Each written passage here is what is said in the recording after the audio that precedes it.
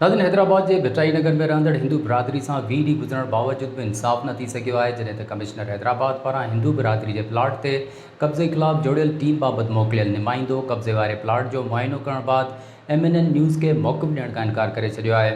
उन हवाले सां ॾिसूं था ही रिपोर्ट। 2017 खां वठी करे जॾहिं हीअ स्कूल असां ठाहिणु शुरू कयोसीं, कंस्ट्रक्ट शुरू कयोसीं, त असांजे रोडनि रस्तनि ते यानी कि हितां खां वठी करे हीअ कॉर्नर हुयो, ठीकु आहे, यकूं माण्हू घिटी में अंदरि वेही रहिया, कंटिन्यूस घिटी में अंदरि वेही रहिया ऐं ठाहिनि पिया। असां कमिश्नर के डिप्टी कमिश्नर के एप्लीकेशन्स लिखियूं ऐं उन्हनि खे वठी पियासीं।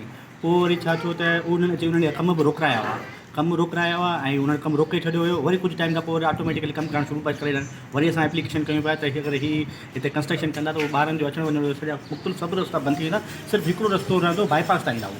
उहो बाईपास ताईं ईंदा ऐं बाईपास तां अचणु ॾाढो ॾुखियो आहे ऐं डेंजर आहे। असां यूनिवर्सिटी ऑफ सिंध में हूंदा आहियूं त हर महीने हिकिड़ो न 2 ॿार जो फोत थी वेंदा आहिनि बाईपास जे करे, हाईवे आहे उन जे करे।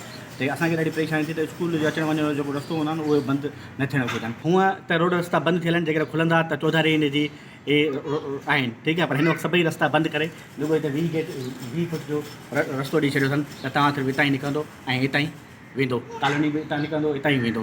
रस्तो हुतां बिल्कुलु ईज़ी हो, ॿार 2 मिंट में पहुची सघनि पिया, पर हाणे ॿार फ्री करे हाईवे तां अंदरि इंटर कनि पिया। को बि मसइलो न आहे। ॾिसो न, असां हिते मूं तव्हांखे पहिरीं बि ॿुधायो फ्री ऑफ कास्ट इदारा हलनि था सिंधियाना जा, पर हिते मिनारिटी जो इशू कयो वियो आहे त मैडम जेको आहे वाणियनि सां विड़ी आहे, वाणियनि जे प्लाट ते कब्ज़ो कयो अथई, मुंहिंजा नाला वठी पर्सनली मूंखे जेको आहे हिट कयो वियो।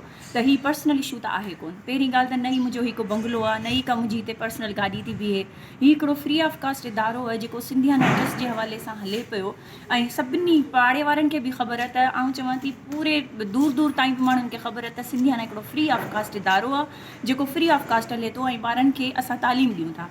24 फुट जो प्लाट रोड छॾे ऐं वरी अची पराए हिकिड़े प्लाट ते कब्ज़ो करणु शुरू था करे छॾनि त हीअ असांजो आहे। बाबा तव्हांजो आहे त भला तव्हां मूंखे पेपर्स ॾेखारियो त तव्हांखे ॾेई छॾियां। कॾहिं बि हिननि सां को बि जहिड़ो कोन कयो आहे, असां कॾहिं बि का बि हिननि सां बदकलामी कोन कई आहे।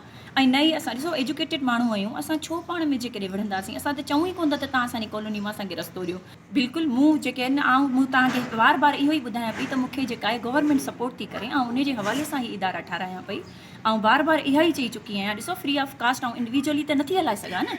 ऐं पूरा नक्शा, पूरा मैप ऐं एवरीथिंग डॉक्यूमेंट्स ऐं जेके कोर्ट में बि जमा कराए चुकी आहियां ऐं बार ऐं सभिनी खे ॾेखारे चुकी आहियां, इवन मुख़्तियार कार खे, पर इवन मुख़्तियार कार साहिबु, कमिश्नर साहिबु ताईं ऐं उन्हनि खे DC साहिबु ताईं सभिनी खे ख़बर आहे त हीअ हिकु लीगल इदारो आहे जंहिं वटि एवरीथिंग मौजूदु आहे, हर डॉक्यूमेंट मौजूदु आहे। ऐं कंहिंखे बि ॾुखाइणु नथी चाहियां ऐं कंहिंखे बि तकलीफ़ ॾियणु नथी चाहियां। मूं तव्हांखे छा चयो, मूंखे हिकिड़ी नंढड़ी गली बि ॾींदव न त मुंहिंजा बच्चा अचनि वञनि, मुंहिंजी तव्हां सां पर्सनल का दुश्मनी कोन्हे।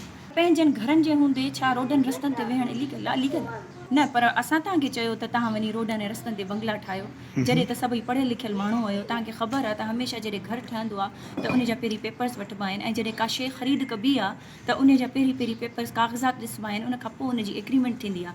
असां बिना काग़ज़ात जे एग्रीमेंट करे कंहिंखां हिकिड़ो प्लाट वठूं ऐं उन ते 2 मंज़िला घर ठाहे छॾियूं, छा असां लीगल आहियूं? इहो ॿुधो त हुननि चयो त हिननि खे हितां रस्तो कढी ॾियूं, स्कूल वठनि, ट्रस्ट वठनि, हिननि खे महिरबानी करे रस्तो कढी ॾियूं, गवर्नमेंट जी प्रॉपर्टी आहे। हीअ त असांजे घर जी जॻह मुआग सऊं सिधी नाइंसाफ़ी आहे। SDM साहब, तपेदार, HDA, बोर्ड सेटलमेंट टीम आई कान्हे का, हीअ सरासर नाजाइज़ी आहे। हिन जे ख़िलाफ़ु सख़्तु कानूनी कार्रवाई करणु सर। उहा अलरमान हेवन अलॻि रेजिडेंसी आहे, हीअ भिटाई नगर शाहनवाज़ गवर्नमेंट स्कीम आहे। हिननि जो रस्तो हितां निकिरे ई कान थो, हुननि जो रस्तो हुतां खां आहे। असांखे कोर्टनि में धमकियूं, हिते घरनि में धमकियूं, ॿाहिरि धमकियूं, पुलिस असांजे मथां चढ़ाई बि करे, केरु ॿुधण लाइ तयारु कान्हे। असां इहो चाहियूं त असांजो इहो ई मुतालबो आहे त महिरबानी करे असां इंसाफ़ कयो वञे। हाणे हिते उन्हनि खां पुछो छो थी अचे, हिते त आउं 34 सालनि खां वठी वेठो आहियां। 34 साल ताईं अहिड़ी का बि शइ कान हुई, का बि ॻाल्हि कान हुई। हाणे ताज़ो हीअ हिकिड़ो स्कूल जे नाले सां का बिल्डिंग ठहे पई, उन हिते अची भित भञी अंदरि एंटर थिया आहिनि। हीअ चयो अथनि त प्लाट आहे, हितां खां असीं रस्तो कंदासीं स्कूल जो। असां वटि स्कूल जो रस्तो जो हिते हिन गली मञा जेकॾहिं थियो त असांजी प्राइवेसी, असांजी सिक्योरिटी, असांजी सेफ्टी ख़तमु थी वेंदी। ऐं हुनजो जेको प्लान ठाहे असां 7 फुट मथे 6 फुट मथे असांजा ई घर सभु ॿुॾी वेंदा। सिर्फ़ु इहो आहे त असांखे डिमार्केशन करे भिटाई नगर अलॻि करे ॾी ऐं हुननि जी कॉलोनी जेका आहे अलॻि आहे। 477 सर्वे नंबर आहे, उन्हनि जी जुदा कनि, असांजी जुदा कनि। असीं पंहिंजे दीवार जेका बाउंड्री आहे उहो ॾेई छॾींदासीं।